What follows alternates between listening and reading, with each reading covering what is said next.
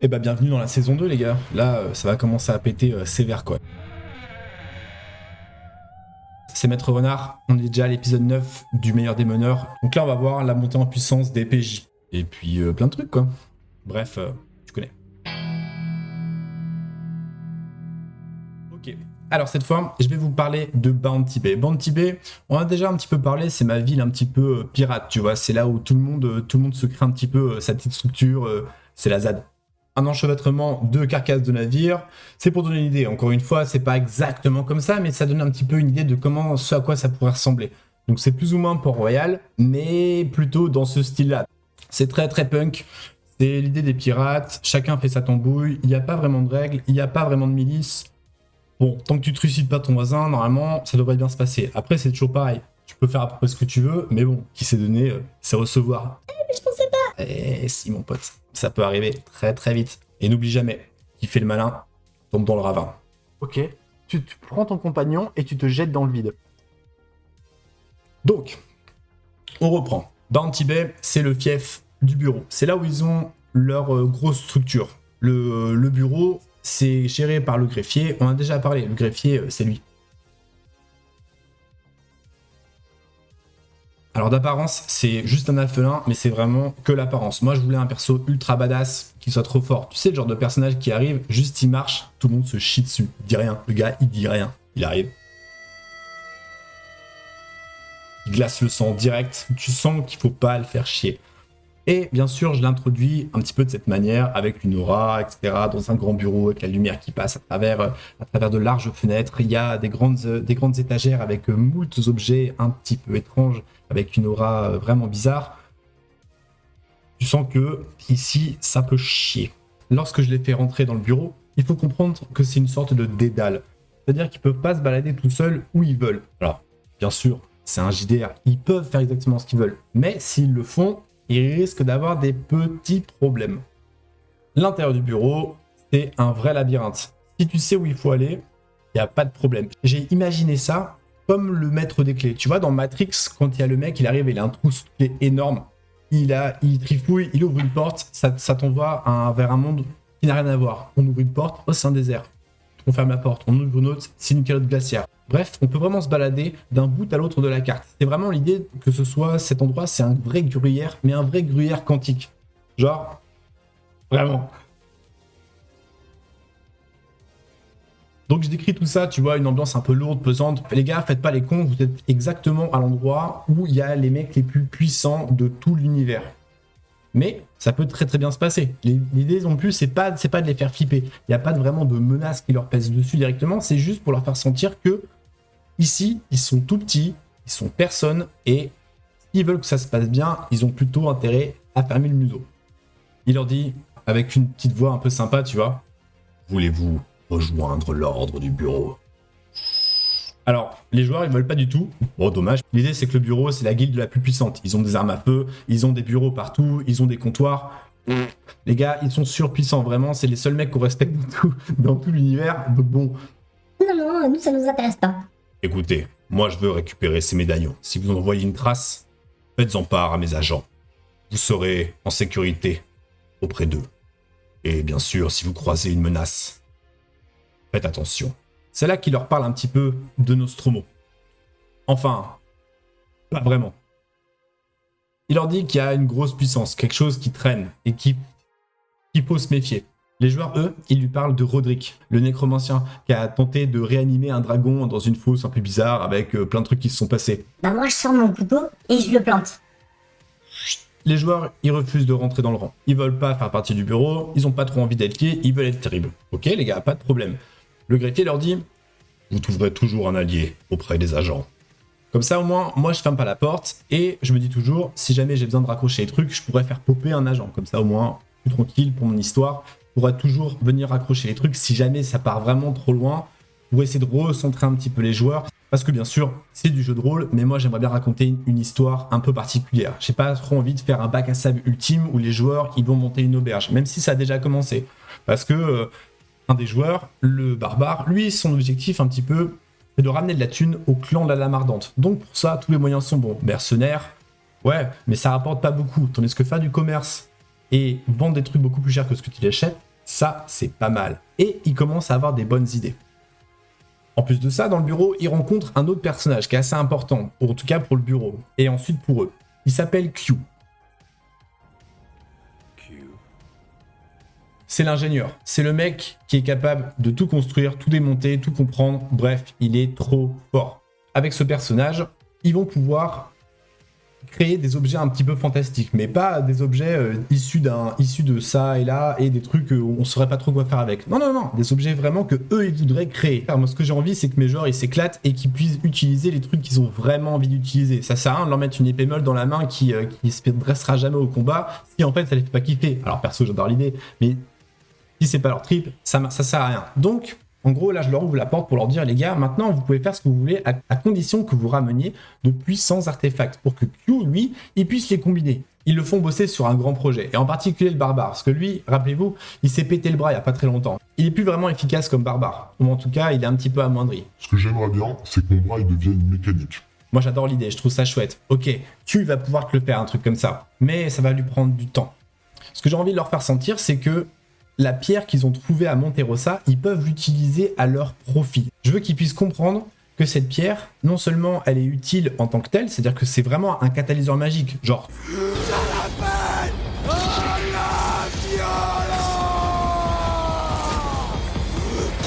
Ça me sert aussi à mettre des éléments steampunk dans mon univers. C'est quelque chose que j'ai envie pour la suite, mais que je peux pas mettre tout de suite, parce que j'ai besoin que mon histoire, elle avance, et qu'il se passe des choses au fur et à mesure. Comme dans mon univers, il n'y a pas la poudre, je peux pas arriver tout de suite en mettant la vapeur et tout le bordel. Ok, il faut un petit peu niveler le truc et ça peut pas aller trop vite. Il faut qu'il y ait une certaine... comment dire ? Il faut qu'il y ait une certaine montée en puissance. Tout peut pas arriver d'un coup. Mais c'est possible. Ce que j'aimerais bien aussi avec ça, c'est utiliser vraiment les pierres pour transformer les objets qu'ils fabriquent. Treka, le barbare, il parle de tout ça à Q, il lui dit, voilà, je pense que ça pourrait... Enfin, c'est mon grand projet, est-ce que c'est possible? Ok, tu reviens dans quelques temps, je m'occupe de toi. Ça, c'est ma manière de leur dire, c'est possible, c'est juste que ça va prendre un petit peu de temps, il faut que vous fassiez d'autres choses en attendant, je peux pas vous filer un truc trop fort tout de suite. On est qu'au début de la saison 2, il faut qu'il y ait une montée en puissance, ok? C'est pas juste... Salut, je veux un truc puissant. Ah oui, bien sûr. Tiens. Trop facile, il faut qu'il y ait une petite histoire. Alors pendant ce temps-là, on va développer un autre univers. Bounty Bay, c'était très chouette, c'est un peu l'endroit où les pirates ont fini, et on va voir d'où les pirates viennent. Alors ça, c'était un truc qui n'était pas forcément prévu aussi grand, mais c'est vraiment l'influence des joueurs et tout ce qu'ils ont voulu développer qui a créé tout ce truc-là.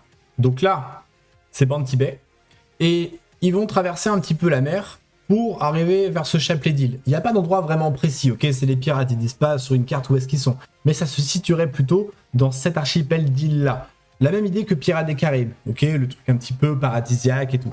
Comme les joueurs, ça les intéresse et qu'ils ont envie de le développer, bah ok, vas-y, on va le développer. Trop bien. Donc on reprend un peu les mêmes personnages. Je sais pas si vous vous rappelez. Alors on avait bien sûr le capitaine Ajaccio qu'on a déjà croisé à Havre-Bleu. Vous savez, quand je leur ai demandé, alors quel capitaine vous prenez? Le capitaine A ou le capitaine B? Celui qui a l'air sympa ou celui qui a l'air un peu dodgy? Ça c'est le capitaine dodgy, ok? Il a plutôt une sale gueule. Et l'autre capitaine qu'ils ont choisi, c'est elle, que j'ai baptisé Clodomir. C'est le capitaine plutôt bon, qui était cool avec les PJ. En tout cas, c'est celui qu'ils ont choisi pour traverser. Pour se rendre jusqu'à l'île des pirates, comme c'est secret, il faut être invité, ou en tout cas, il faut connaître la route. J'aimais bien, j'ai repris cette idée. Invité, ça veut dire plusieurs choses. Soit tu es vraiment invité, vraiment les pirates te disent « Viens avec nous, on va te montrer la route ». Ou tu peux être invité avec des chaînes autour des pieds et enfermé dans la cale. C'est une invitation aussi, bon, c'est pas aussi formel, mais ça marche. Et ils croisent Clodomir sur le port de Bounty Bay. Ils discutent un petit peu avec elle. Elle leur dit « Écoutez, là j'ai pas vraiment le temps, je dois partir en mission, c'est super important. » C'est pas comme ça que ça s'est passé. Ou alors connaître le chemin. C'est une notion que j'ai repris dans Pirates des Caraïbes, tu sais, avec son compas qui lui indique la direction où il veut aller. J'aimais bien cette idée-là et je trouvais ça assez intéressant. Comme ça fait en sorte que les pirates, on peut pas leur tomber dessus par hasard. Ils sont cachés. Mon petit bonbon pour les pirates, ça a été celui-là. J'ai appris une idée, je sais pas d'où elle m'est venue. Le roi des pirates est mort, le roi des pirates est mort, celui qui trouva son trésor sera le roi des pirates. Ouais. Donc là, au bordel, sur la place du port, tout le monde commence à prendre un bateau, veut se barrer, etc. Et là, il croise Clodomir, qui elle aussi a envie de se casser. Elle sait pas vraiment ce qui se passe, sauf que pour elle, le roi des pirates, c'est pas n'importe qui. Mais ça, on le verra un tout petit peu plus tard. Elle va leur dire Les gars, je suis désolé, faut que je me casse. Ciao. Et les joueurs vont tenter de la suivre. Ils prennent un petit bateau, ils commencent à la suivre un petit peu de loin. Il y a des petites aventures sur la route où on passe. Bref, ils arrivent dans l'archipel des pirates. Sauf que dans l'archipel des pirates, le roi des pirates, c'est lui, le corbeau noir. Mais il est pas mort du tout. Il est plutôt en très très bonne forme. Et là, les joueurs se disent « Oups, où est-ce qu'on a foutu les pieds ?» Et bah, bienvenue sur l'île du crâne, les gars. Lorsqu'ils débarquent sur le port, ils sont passés pour des pirates pour faire couleur locale, quoi. Ils arrivent à rencontrer le roi des pirates qui est dans son auberge, il est tranquille, il fait sa vie, il reçoit, il administre un petit peu ses troupes, vraiment, tout va bien. Il rencontre aussi les 3 généraux, évidemment, Clodomir et Ajaccio, sinon c'est pas drôle. Le troisième, c'est Killa. Killa le taiseux, le genre de général que t'aimerais pas avoir. Un homme crocodile, il a un truc un peu particulier, il dit rien. Tout doit passer autrement que par la parole. Juste des regards appuyés, une attitude, et aussi l'interaction que les autres personnages ont avec lui. Genre tout le monde le craint, personne ose trop lui parler, et surtout pas son second qui se fait défoncer la gueule pour tout et n'importe quoi. Il passe une nuit sur l'île, c'est super, tout le monde boit, tout le monde picole. Wouh, Pour la fête, les pirates, en fait, c'est génial, on va passer notre vie ici, super. le lendemain matin, le roi des pirates, il est mort. Merde. Ah bon? Ah ouais, et cette fois, il est vraiment mort. Donc moi, là, mon idée, c'est de les foutre dans la sauce directe. Moi, je m'étais dit à ce moment-là, je vais leur préparer une sorte de tribunal des pirates, avec le pourparler. Ils vont devoir se défendre, alors que tous les accusent, malgré le fait qu'ils sont innocents. Mais ça, les pirates, ils en savent rien. Ils cherchent une explication. Le roi des pirates est mort, il faut désigner un nouveau roi. Bref, c'est la merde. Il faut forcément un bouc émissaire. Vous allez devoir inventer des arguments, ça va être chouette et tout, sauf que ça se passe pas du tout comme ça. Évidemment, c'est un jeu de rôle, donc tu choisis jamais. T'auras beau prévoir tout ce que tu veux, de toute façon, ça se passe jamais comme tu l'as prévu. Et là, putain, on a été servi. C'est à ce moment-là qu'un des joueurs va monter aussi en puissance. C'est Antrius. Alors lui, il fait souvent des petits coups de Trafalgar. La nuit précédente, lui, il est sorti du bateau. Il a exploré l'île, il a farfouillé un petit peu. Il s'est surtout aventuré dans le crâne. Il y a sur l'île, il a trouvé qu'il y avait un passage secret, une sorte de temple d'hôtel, avec 3 fentes circulaires. On pourrait y glisser des pièces, et une autre en forme de pentacle. Tiens. C'est les 3 généraux qui les ont. Sinon, c'est pas marrant. C'est ce qui les désigne comme généraux. La dernière pièce du puzzle, c'est le pommeau de l'épée du roi des pirates. Temple qui était gardé, mais pas par des humains. Des sortes de créatures qui sortaient des murs, etc. En tout cas, c'était très très mystérieux et très dangereux. Donc il a réussi à s'échapper. Mais il a quand même trouvé des petits indices qui vont pouvoir l'aider. Lorsque le lendemain matin, on apprend que le roi des pirates est finalement mort, tous les accusent. Ils sont arrivés les derniers, personne ne les connaît, et ils ont rencontré le roi des pirates juste avant. Il y a eu du grabuge sur l'île pendant la nuit, bref, tous les accusent. Ils vont devoir défendre leur bout de gras. Alors on passe un petit peu sur le fait qu'ils mettent leur allié Clodomir dans la panade, et il y a un truc qui va les sauver. Celui qui est parti explorer l'île pendant la nuit, c'est un petit pro du déguisement. Et là, il va faire un truc auquel je m'attendais pas du tout. Il va prendre l'apparence du roi des pirates en personne, faire passer pour lui, bluffer l'entièreté des pirates, et réussir à se mettre le conseil dans la poche. Pour sauver ses compagnons qui vont bientôt être lynchés par le tribunal des pirates. Il parvient même à convaincre Clodomir, qui était folle amoureuse du corbeau noir, que c'est lui le corbeau noir. Donc la situation s'inverse complètement. Je vous passe les détails de ce qu'il va faire, mais vous avez bien compris jusqu'où il va vraiment pousser le vice. Grâce à ça, ils ont un accès total sur l'île. Ils peuvent faire exactement ce qu'ils veulent. Il y a le roi des pirates qui est avec eux. Donc, retournement de situation complet. Tant que la supercherie ne tombe pas, tout va bien. Ils commencent à enquêter. Ils se rendent compte que le corbeau noir, il a été tué. Moi, j'avais prévu que un des 3 généraux soit un agent de Nostromo. Forcément, parce qu'il faut bien que l'adversité, elle soit en face. Comme il y a les joueurs qui sont là, il faut bien que je leur mette un truc pour qu'ils puissent progresser dans l'histoire. Et comme on s'en doute, c'est Killa qui incarne ce personnage. Ils finissent par le tuer, ils explorent un petit peu l'île, tout le monde leur fait confiance parce que il y a le roi des pirates avec eux, donc tout est facile. Ils trouvent un moule pour reproduire les pièces, ils fabriquent les pièces, ils retournent à l'hôtel du crâne, ils mettent les 3 pièces, et là ils se rendent compte qu'il y a toute une pierre, tout un mécanisme qui protège l'île, avec une barrière anti-magie qui empêche justement. Vous vous rappelez le fait qu'on ne peut pas trouver l'île? Bah ça vient de là. C'est la même chose qu'à Monterosa. Il y a ici une pierre et il y a une magie très particulière. La magie de cet endroit, c'est que cet endroit est invisible à ceux qui ne le connaissent pas. C'est un moyen de protection mis en place par les grands architectes. Ils décident de ne pas toucher à la pierre. Ils font pas la même erreur qu'à Monterosa. Les choses restent telles quelles. La protection est sauve. Ils retournent à Bantibé, ils récupèrent le nouveau bras de Tréca, les les joueurs commencent à monter en puissance. Et l'histoire d'Ictios, ça va me servir à les diriger vers le truc suivant. On joue plutôt à chaud-froid. Comme il veut se venger, plus il va se rapprocher de son objectif et de sa némésis, plus ça va chauffer, plus il va avoir des visions. Donc, ça vient plutôt dans cette forme-là. T'entends des voix, t'as une sensation un peu familière, une odeur. Je vais utiliser complètement ce que le joueur m'a proposé au début.